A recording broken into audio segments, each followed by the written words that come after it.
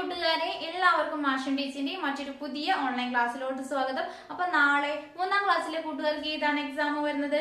മലയാളമാണ് എക്സാം വരുന്നത് അല്ലേ? അപ്പൊ നമ്മൾ മോഡൽ ക്വസ്റ്റ്യൻസ് ഒക്കെ നമ്മൾ ചാനലിൽ ഡിസ്കസ് ചെയ്ത് കഴിഞ്ഞിട്ടുണ്ട്. അപ്പൊ വീഡിയോ കാണാത്ത കൂട്ടുകാർ തീർച്ചയായിട്ടും നമ്മുടെ ചാനലിൽ കയറിയിട്ട് വീഡിയോസ് കാണാം കേട്ടോ. ഓക്കെ മക്കളെ, അപ്പൊ നിങ്ങൾക്ക് ഏതെല്ലാം മോഡൽ ക്വസ്റ്റ്യൻസ് ആണ് വരിക എന്നുള്ള കാര്യം മാത്രമാണ് മിസ് ഈ ഒരു വീഡിയോയിൽ പറയുന്നത് കേട്ടോ. ഓക്കെ മക്കളെ, അപ്പൊ നമ്മുടെ ക്ലാസ്സിലോട്ട് പോകുന്നതിന് മുന്നേ ആയിട്ട് മിസ്സിന് മറ്റൊരു കാര്യം കൂടി പറയാനായിട്ടുണ്ട്. നമ്മുടെ ചാനൽ വെറും 89 രൂപയ്ക്ക് കൂട്ടുകാർ മെമ്പർഷിപ്പ് എടുത്ത് ജോയിൻ ചെയ്യുകയാണെങ്കിൽ ഇത്തരത്തിൽ നിങ്ങൾക്ക് എക്സാം റിലേറ്റഡ് ആയിട്ടുള്ള 1 മുതൽ 4ാം ക്ലാസ് വരെയുള്ള കൂട്ടുകാർക്ക് വീഡിയോസ് അവൈലബിൾ ആയിരിക്കും. അതോടൊപ്പം തന്നെ നിങ്ങളുടെ സിലബസ് ബേസ്ഡ് ആയിട്ടുള്ള ട്യൂഷൻ ക്ലാസ്സുകൾ ലഭ്യമായിരിക്കും കേട്ടോ. അപ്പൊ താല്പര്യമുള്ള കൂട്ടുകാരുണ്ടെങ്കിൽ 8589823710 എന്ന വാട്സ്ആപ്പ് നമ്പറിൽ കോൺടാക്ട് ചെയ്യാവുന്നതാണ് കേട്ടോ. ഓക്കെ മക്കളെ, അപ്പൊ ക്ലാസ്സിലോട്ട് പോകുന്നതിന് മുന്നേ ആയിട്ട് മിസ് മറ്റൊരു കാര്യം കൂടി പറയാണ്. നമ്മുടെ ഇന്നത്തെ മാത്സ് എക്സാം വളരെ ഈസി ആയിരുന്നു അല്ലേ? നമ്മൾ കഴിഞ്ഞ ദിവസം ഡിസ്കസ് ചെയ്തിട്ടുള്ള എല്ലാ കാര്യങ്ങളും ഇന്നത്തെ എക്സാമിൽ നമുക്ക് ചോദിച്ചിട്ടുണ്ടായിരുന്നു. അപ്പൊ നമ്മുടെ വീഡിയോ കണ്ട കൂട്ടുകാരൊക്കെ എക്സാം ഈസി ആയിരുന്നോ ആണെങ്കിൽ നമ്മുടെ കമന്റ് ബോക്സ് പറയാം കേട്ടോ. അതോടൊപ്പം തന്നെ ഈസി ആണെങ്കിൽ വീഡിയോ ഒന്ന് ലൈക്കും കൂടി ചെയ്യാം. ഓക്കെ മക്കളെ, അപ്പൊ നമ്മുടെ മലയാളത്തിലോട്ട് വരുന്ന സമയത്ത് കൂട്ടുകാർക്ക് ഉണ്ടാവുന്ന ഒരു പ്രവർത്തനം എന്ന് പറയുന്നത് വായിക്കാം കണ്ടെത്താം എന്നുള്ള രീതിയിലുള്ള ഒരു ചോദ്യമായിരിക്കും കേട്ടോ. അവിടെ കൂട്ടുകാർ ചിലപ്പോൾ വായിക്കാനായിട്ട് ഒരു കഥയോ അല്ലെങ്കിൽ ചെറിയൊരു വിവരണോ അല്ലെങ്കിൽ ചെറിയൊരു ഡയറി കുറിപ്പോ അങ്ങനെ എന്തെങ്കിലും ഒരു കാര്യം തരും. എന്നിട്ട് അതുമായിട്ട് ബന്ധപ്പെടുത്തിയിട്ട് നമുക്ക് ഒരു 5 ചോദ്യങ്ങൾ ഉണ്ടായിരിക്കും കേട്ടോ. നമ്മുടെ പ്രീവിയസ് ഇയർ ക്വസ്റ്റ്യൻ പേപ്പർ ഒക്കെ ചെയ്ത സമയത്ത് മക്കൾ കണ്ടിട്ടുള്ളതായിരിക്കില്ലേ? അത് നമ്മുടെ ചാപ്റ്ററുമായിട്ട് റിലേറ്റ് ചെയ്തിട്ടല്ല വരിക. നമുക്ക് പുറത്ത് നിന്നാണ് ആ ഒരു സ്റ്റോറി ആയിക്കോട്ടെ അല്ലെങ്കിൽ വായിക്കാനായിട്ടുള്ള ആ ഒരു വിവരണം ആയിക്കോട്ടെ എന്ത് തന്നെയാലും നമ്മുടെ ചാപ്റ്ററിൽ നിന്ന് പുറത്ത് നിന്നായിരിക്കും ആ ഒരു ചോദ്യം വരെ ഉണ്ടായിരിക്കുക കേട്ടോ. അപ്പൊ ആ മോഡൽ എങ്ങനെയാണ് മക്കൾക്ക് വായിക്കാനായിട്ട് തരും. അതിൽ നിന്ന് എന്തുണ്ടായിരിക്കും? നിങ്ങൾക്ക് ചോദിച്ചിട്ടുള്ള ചോദ്യത്തിനുള്ള എല്ലാ ആൻസേഴ്സും അതിലുണ്ടായിരിക്കും. ഓക്കെ മക്കളെ, അപ്പൊ മക്കൾ ചെയ്യേണ്ടത് എന്താന്ന് വെച്ചാൽ നിങ്ങൾക്ക് വായിക്കാനായിട്ട് ആ തന്നിട്ടുള്ള ഭാഗം ഒരു 1 2 പ്രാവശ്യം കൃത്യമായിട്ട് മക്കൾ വായിച്ച് മനസ്സിലാക്കുക. അതിനുശേഷം മക്കൾക്ക് തന്നിട്ടുള്ള 5 ചോദ്യങ്ങൾ നോക്കുക കേട്ടോ. എന്നിട്ട് ഓരോ ചോദ്യത്തിനും ആൻസേഴ്സും എവിടെയാണ് എന്നുള്ളത് കണ്ടെത്താനായിട്ട് ഒരിക്കൽ കൂടി എന്ത് ചെയ്യുക? ക്വസ്റ്റ്യൻ വായിച്ചതിന് ശേഷം ഒരിക്കൽ കൂടി ആ ഒരു പാരഗ്രാഫ് വായിച്ചതിന് ശേഷം മക്കള് പെൻസിൽ കൊണ്ട് ജസ്റ്റ് മാർക്ക് ചെയ്ത് വെക്കുക കേട്ടോ. അതിനുശേഷം മക്കൾ ആൻസർ എഴുതാനായിട്ട് തുടങ്ങുക. അപ്പൊ ഒരുവിധം എല്ലാ കൂട്ടുകാർക്കും 5 മാർക്ക് തന്നെ, മുഴുവൻ മാർക്കും തന്നെ സ്കോർ ചെയ്യാൻ പറ്റുന്ന രീതിയിലുള്ള ഒരു പ്രവർത്തനമായിരിക്കും കേട്ടോ. അപ്പൊ മക്കൾ അത് നോക്കുക. പിന്നെ കൂട്ടുകാർക്കുള്ള ഒരു പ്രധാനപ്പെട്ട പ്രവർത്തനം എന്ന് പറയുന്നത് കത്ത് തയ്യാറാക്കാനായിട്ടുള്ള ഒരു പ്രവർത്തനമാണ്. അത് നമ്മുടെ previous year question paper discuss ചെയ്ത സമയത്ത് നമ്മൾ പറഞ്ഞിട്ടുണ്ട്. അപ്പൊ ഒരു കത്ത് തയ്യാറാക്കാനും കൂട്ടുകാർക്ക് എത്ര മാർക്കാണ് ഉണ്ടായിരിക്കുക മക്കളെ? 5 മാർക്കാണ് ഒരു കത്ത് തയ്യാറാക്കുന്ന പ്രവർത്തനത്തിന് ഉണ്ടായിരിക്കുക കേട്ടോ. അപ്പൊ അവിടെ മക്കൾക്ക് ശ്രദ്ധിക്കേണ്ട കുറച്ച് കാര്യങ്ങളാണ്. അതായത് നമുക്ക് മാർക്ക് കിട്ടുന്ന കുറച്ച് കാര്യങ്ങളുണ്ട്. കത്ത് ഡീറ്റെയിൽഡ് ആയിട്ട് എഴുതിയിട്ടില്ലെങ്കിലും അതിന്റെ ഒരു സ്ട്രക്ചർ ഉണ്ടെങ്കിൽ കൂട്ടുകാർക്ക് ഒരു 1 2 മാർക്ക് ഈസി ആയിട്ട് സ്കോർ ചെയ്യാൻ പറ്റും. അതായത് കത്ത് എഴുതുന്ന സമയത്ത് നമ്മൾ പ്രധാനമായിട്ടും ഡേറ്റ് എഴുതണം. അതുപോലെ തന്നെ ഏതാണോ സ്ഥലം എന്നുള്ള കാര്യം നമ്മൾ എന്ത് എഴുതണം? വലതുവശത്ത് നമ്മൾ എഴുതണല്ലേ, അത് വളരെ ഇമ്പോർട്ടന്റ് ആണ്. മക്കൾ എന്ത് ചെയ്യുക? അത് എഴുതുക. അതുപോലെ തന്നെ കത്തിന് ഒരു സ്റ്റാർട്ടിങ് വേണം, അതുപോലെ തന്നെ ഒരു എൻഡിങ് അല്ലെ, ഒരു തുടക്കവും ഒരു അവസാനവും ഉണ്ടെങ്കിൽ എന്ത് വേണം? കൂട്ടുകാർക്ക് ആ ഒരു കത്തിന് പ്രത്യേക മാർക്ക് കിട്ടും കേട്ടോ. അതായത് നമ്മളിപ്പോ ഒരു നിങ്ങളുടെ ബെസ്റ്റ് ഫ്രണ്ട് ആയിട്ടുള്ള മനുവിന് എന്ത് ചെയ്യാണ്? ഒരു കത്ത് എഴുതാണ്. അപ്പൊ നമ്മൾ എങ്ങനെ കത്ത് സ്റ്റാർട്ട് ചെയ്യണം?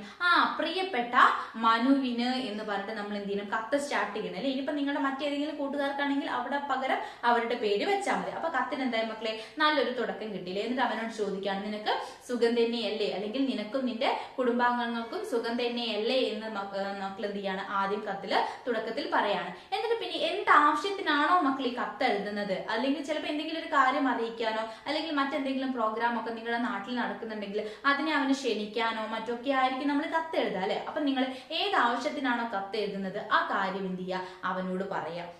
എന്നിട്ട് അവസാനം കത്തിൽ എന്ത് വേണം? ഒരു കൺക്ലൂഷൻ അല്ലെ, ഒരു അവസാനം വേണം. അവിടെ നിങ്ങൾ എന്ത് പറയാ? എന്ന് സ്നേഹത്തോടെ നിന്റെ സ്വന്തം എന്ന് പറഞ്ഞിട്ട് എന്ത് ചെയ്യാ? മക്കളുടെ പേര് കൂടി എഴുതുക. അപ്പൊ അങ്ങനെ കത്തിനൊരു അവസാനം കൂടി ഉണ്ടെങ്കിൽ മക്കൾക്ക് 5 മാർക്കിൽ ഒരു 2 മാർക്കൊക്കെ നിങ്ങൾക്ക് ഈസി ആയിട്ട് സ്കോർ ചെയ്യാനായിട്ട് പറ്റും. മനസ്സിലായോ മക്കളെ? ബാക്കിയുള്ള മാർക്ക് എന്ന് പറയുന്നത് നിങ്ങൾ അതിൻ്റെ ഉള്ളിൽ എഴുതുന്ന കണ്ടന്റിനനുസരിച്ചായിരിക്കും. അപ്പൊ ഈ മാർക്ക് വെറുതെ കളി എഴുതി എല്ലാ കൂട്ടുകാർക്കും സ്കോർ ചെയ്യാൻ പറ്റുന്നതാണ്. അപ്പൊ അത്തരത്തിലാണ് മക്കൾ ഒരു കത്ത് എഴുതേണ്ടത്. പിന്നെ കൂട്ടുകാർക്കുള്ള മറ്റൊരു പ്രവർത്തനം എന്ന് പറയുന്നത് നമ്മൾ വിവിധ കളികളെ കുറിച്ചൊക്കെ നമ്മുടെ പാഠഭാഗത്ത് പഠിക്കുന്നുണ്ട് അല്ലെ. ഒരുപാട് കളികളുടെ പേരുകളും നാടൻ കളികളും കാര്യങ്ങളൊക്കെ നമ്മൾ പഠിക്കുന്നുണ്ട്. അപ്പൊ മക്കൾക്ക് മുൻ വർഷങ്ങളിൽ വന്നിട്ടുള്ള ഒരു ചോദ്യമാണ്, കുറച്ച് കളികളുടെ ഒക്കെ നാടൻ കളികളുടെ ഒക്കെ ചിത്രങ്ങൾ തന്നിട്ട് അത് ഏത് കളിയാണെന്ന് ഐഡന്റിഫൈ ചെയ്തിട്ട് അതിന്റെ പേര് എഴുതാനായിട്ട് പറഞ്ഞിട്ടുണ്ടായിരുന്നു കേട്ടോ. അപ്പൊ മക്കൾ എന്ത് ചെയ്യണം?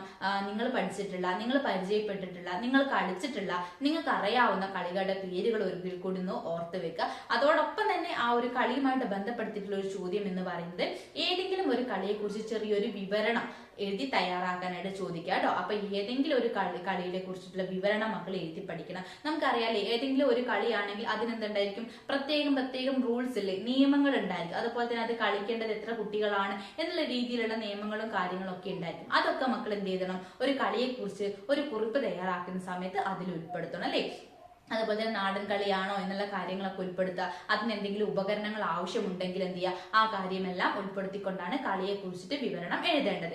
ഇനി ഈ ഒരു കളിയുമായിട്ട് ബന്ധപ്പെടുത്തിയിട്ട് മക്കൾക്ക് വരാവുന്ന മറ്റൊരു ചോദ്യം എന്ന് പറയുന്നത് നിങ്ങളുടെ സ്വന്തം കളി അനുഭവം എഴുതുക എന്നുള്ള രീതിയിലും ചിലപ്പോൾ മക്കൾക്ക് ചോദ്യം വരും. അതായത് നിങ്ങളുടെ സ്വന്തം അനുഭവമാണ് എഴുതേണ്ടത്. നിങ്ങൾ കളിക്കുന്ന സമയത്ത് നിങ്ങൾക്ക് ഉണ്ടായിട്ടുള്ള ഒരു അനുഭവം, ചിലപ്പോൾ നിങ്ങളുടെ കൂട്ടുകാരൊക്കെ സാറ്റ് കളിക്കുകയായിരിക്കും. അപ്പൊ അതിനെ കുറിച്ചിട്ട് നിങ്ങൾക്ക് അന്നത്തെ ദിവസം എവിടെയെങ്കിലും തട്ടി നിങ്ങൾ വീണതോ അല്ലെങ്കിൽ നിങ്ങളുടെ കൂട്ടുകാരൻ വീണിട്ട് എന്തെങ്കിലും പരിക്ക് പറ്റിയതോ, നിങ്ങൾ എല്ലാവരും കൂടി അവനെ ഹെൽപ്പ് ചെയ്തതും അവന് മുറിയിൽ മരുന്ന് വെച്ച് കൊടുത്തതും അവനെ തിരിച്ച് വീട്ടിൽ കൊണ്ടാക്കിയതും, അങ്ങനെ പല അനുഭവങ്ങളും നിങ്ങളുടെ കളികൾക്കിടയിൽ ഉണ്ടായിരിക്കും അല്ലേ. അപ്പൊ മക്കൾ എന്ത് ചെയ്താൽ ആ കാര്യങ്ങളാണ് നിങ്ങളുടെ കളി അനുഭവത്തിൽ എഴുതേണ്ടത്. അതായത് നിങ്ങൾ നിങ്ങളുടെ കൂട്ടുകാരും കൂടി എന്ത് ചെയ്യണം, സാറ്റ് കളിക്കുകയാണ്. അപ്പൊ സാറ്റ് എങ്ങനെയാണ് കളിക്കുന്നത് എന്ന് അതിൽ എഴുതിയാലും നല്ലതായിരിക്കും കേട്ടോ. അപ്പോഴാണ് എന്ത് ചെയ്തിട്ടുള്ളത്, എന്റെ കൂട്ടുകാരൻ ഇങ്ങനെ ഒരു അപകടം പറ്റിയിട്ടുള്ളത്. അപ്പൊ ഞങ്ങൾ എല്ലാവരും ചേർന്നിട്ട് എന്ത് ചെയ്തു, അവന് മുറിയിൽ മരുന്ന് വെച്ച് കൊടുത്തു, ശേഷം അവന് ഞങ്ങൾ വീട്ടിലേക്ക് കൊണ്ടുപോയി ആക്കി എന്നുള്ള രീതിയിലൊക്കെ മക്കൾക്ക് നിങ്ങളുടെ സ്വന്തം അനുഭവം എഴുതാവുന്നതാണ് അല്ലെ. അപ്പൊ മക്കൾ നിങ്ങളുടെ ലൈഫിൽ ഉണ്ടായിട്ടുള്ള അനുഭവമാണ് എഴുതേണ്ടത്. അപ്പൊ അത്തരത്തിൽ ഏതെങ്കിലും അനുഭവം ഉണ്ടെങ്കിൽ മക്കൾ എന്ത് ചെയ്യണം, അതൊക്കെ ഒന്ന് ഓർത്ത് വെച്ച് പോയാൽ നന്നായിരിക്കും കേട്ടോ.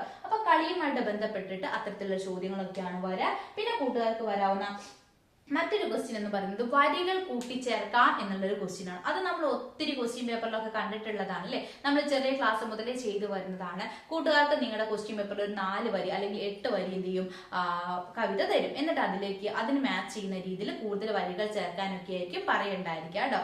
ഓക്കെ മക്കളെ, അപ്പൊ നമ്മൾ കൃഷിയുമായിട്ട് ബന്ധപ്പെടുത്തിയുള്ള പാഠഭാഗങ്ങളൊക്കെ നമ്മുടെ ടെക്സ്റ്റ് ബുക്കിൽ പഠിക്കുന്നുണ്ട് അല്ലെ. അപ്പൊ ആ ഒരു ഏരിയ ഒക്കെ മക്കൾ എന്ത് ചെയ്യുക, നന്നായിട്ടൊന്ന് നോക്കി വെക്കുക. ചിലപ്പം അവിടങ്ങളൊക്കെ ആയിട്ട് ബന്ധപ്പെടുത്തിയിട്ട് മക്കൾക്ക് ചോദ്യങ്ങൾ വരാം. അതായത് കൃഷിയുമായിട്ട് ബന്ധപ്പെടുത്തിയിട്ടുള്ള കവിതകളൊക്കെ തന്നുകൊണ്ട് അതിലേക്ക് കൂടുതൽ വരികൾ ചേർക്കുക എന്നുള്ള രീതിയിലൊക്കെ മക്കൾക്ക് ചോദിക്കും. അപ്പൊ അതൊക്കെ ഒന്ന് മക്കള് ഓർത്ത് വെച്ചാൽ നന്നായിരിക്കും കേട്ടോ. അപ്പൊ വരികൾ ചേർത്ത് എഴുതുന്ന പ്രവർത്തനത്തിൽ കൂട്ടുകാർക്ക് അറിയാം. ഇപ്പൊ നമുക്ക് 4 വരിയാണ് നമ്മുടെ ചോദ്യപേപ്പറിൽ തന്നതെന്ന് വെച്ചാൽ വീണ്ടും ഒരു 4 വരിയായിരിക്കും നമ്മൾ എന്ത് ചെയ്തേണ്ടത്, നിങ്ങൾ സ്വയം എഴുതേണ്ടത്. ചിലപ്പോൾ നമുക്ക് തന്നിട്ടുള്ളതിൽ 4 വരികൾ 2 വരിക്ക് വീണ്ടും നമുക്ക് റിപ്പീറ്റ് ചെയ്ത് എഴുതാൻ പറ്റുന്ന വരികളുണ്ട്. അതിൽ കുറച്ച് എന്തെങ്കിലും മാറ്റമൊക്കെ വരുത്തിയാൽ നമുക്ക് പുതിയ 4 വരികൾ കിട്ടും. അപ്പൊ അത് ഏത് ഭാഗം എന്നുള്ളതൊക്കെ മക്കൾ ശ്രദ്ധിച്ചതിന് ശേഷം എഴുതാനായിട്ട് ശ്രമിക്കുക കേട്ടോ.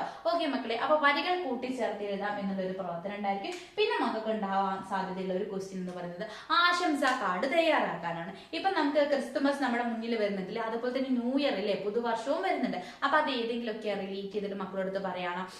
നിങ്ങളുടെ ഒരു ഫ്രണ്ടിന്, നിങ്ങളുടെ ഒരു കൂട്ടുകാരനോ കൂട്ടുകാരിക്കോ ഒരു ആശംസാ കാർഡ് തയ്യാറാക്കാനായിട്ട് പറയാണ്. അപ്പൊ മക്കൾ ആശംസാ കാർഡ് തയ്യാറാക്കുന്ന സമയത്ത് എന്ത് ചെയ്യണം മക്കളെ, നല്ല ചിത്രങ്ങളും നല്ല കളേഴ്സും ഒക്കെ നിങ്ങൾ എന്ത് ചെയ്യണം, അതിൽ ഉൾപ്പെടുത്തണം. ഓക്കെ മക്കളെ, നിങ്ങൾ വെറുതെ അതിൽ എഴുതുന്ന ഇപ്പൊ നമ്മള് നിങ്ങളുടെ കൂട്ടുകാരന് ക്രിസ്തുമസ് ആശംസകൾ നേരും. അപ്പൊ എന്റെ പ്രിയപ്പെട്ട കൂട്ടുകാരന് 1000 ക്രിസ്തുമസ് ആശംസകൾ നേരുന്നു എന്ന് പറഞ്ഞ് നമ്മൾ നല്ല ഭംഗിയിൽ എന്ത് ചെയ്തിട്ടുണ്ട്, അതിനുള്ളിൽ വാക്യങ്ങളൊക്കെ എഴുതിയിട്ടുണ്ടെന്ന് വിചാരിക്കാം, വാചകങ്ങളൊക്കെ എഴുതിയിട്ടുണ്ടെന്ന് വിചാരിക്കാം. അത് മാത്രം പോലെ നിങ്ങൾ എന്ത് ചെയ്യണം, ക്രിസ്തുമസ് ആണെങ്കിൽ നിങ്ങൾക്ക് അതിൽ സ്റ്റാർ വരയ്ക്കാം, സമ്മാനങ്ങൾ വരയ്ക്കാം, ഇന്ന് വേണമെങ്കിൽ നമുക്ക് അപ്പൂപ്പനെ വരയ്ക്കാം അല്ലെ, കേക്കിന്റെ ചിത്രങ്ങളൊക്കെ നമുക്ക് ഉൾപ്പെടുത്താം അല്ലെ ഒരു ആശംസാ കാർഡ് തയ്യാറാക്കുന്ന സമയത്ത്. ഇനിയിപ്പോ അതുപോലെ തന്നെ നമ്മൾ ന്യൂ ഇയറിനെ കുറിച്ചിട്ടാണ് കത്ത് തയ്യാറാക്കുന്നതെന്ന് വെച്ചാൽ നമുക്ക് എന്ത് ചെയ്യാം, അതിനോട് ഒതുങ്ങുന്ന രീതിയിലുള്ള ചിത്രങ്ങൾ നമുക്ക് അതിൽ ഉൾപ്പെടുത്താം അല്ലെ. കുറെ ബലൂൺസും പൂക്കളും കാര്യങ്ങളൊക്കെ നമുക്ക് എന്ത് ചെയ്യാം, അതിൽ വരച്ച് ചേർക്കാവുന്നതാണ്. അപ്പൊ മക്കൾ ആശംസാ കാർഡ് തയ്യാറാക്കുന്ന സമയത്ത് എന്താണ് കൂടുതലായിട്ട് ശ്രദ്ധിക്കേണ്ടത്, എത്രത്തോളം നിങ്ങൾക്ക് അത് അട്രാക്റ്റീവ്, അതായത് ആകർഷകമാക്കാനായിട്ട് കഴിയും അത്രത്തോളം മക്കൾ ചെയ്താൽ നിങ്ങൾക്ക് അതിനുള്ള 5 മാർക്കും സ്കോർ ചെയ്യാൻ പറ്റും. ഇവിടെ ഈ ആശംസാ കാർഡൊക്കെ തയ്യാറാക്കുന്ന സമയത്ത് നമുക്ക് അധികം കാര്യങ്ങളൊന്നും എഴുതണ്ട അല്ലെ, ആകെ കുറച്ചൊരു 1ഓ 2ഓ ആക്കി എഴുതിയാൽ മാത്രം മതി. പക്ഷെ നമുക്ക് അവിടെ എന്ത് കിട്ടും മക്കളെ, 5 മാർക്കും കിട്ടും. എങ്ങനെ, നല്ല ഭംഗി അട്രാക്റ്റീവ് ആയിട്ട് എഴുതുക, അതുപോലെ ചിത്രങ്ങളും കളേഴ്സ് എല്ലാം ഉപയോഗിച്ചുകൊണ്ട് നല്ല രീതിയിൽ അത് ആകർഷകമാക്കാനായിട്ട് മക്കൾ ശ്രമിക്കുക. അപ്പൊ നിങ്ങൾക്ക് ഈസി ആയിട്ട് മുഴുവൻ മാർക്കും സ്കോർ ചെയ്യാനായിട്ട് പറ്റും കേട്ടോ.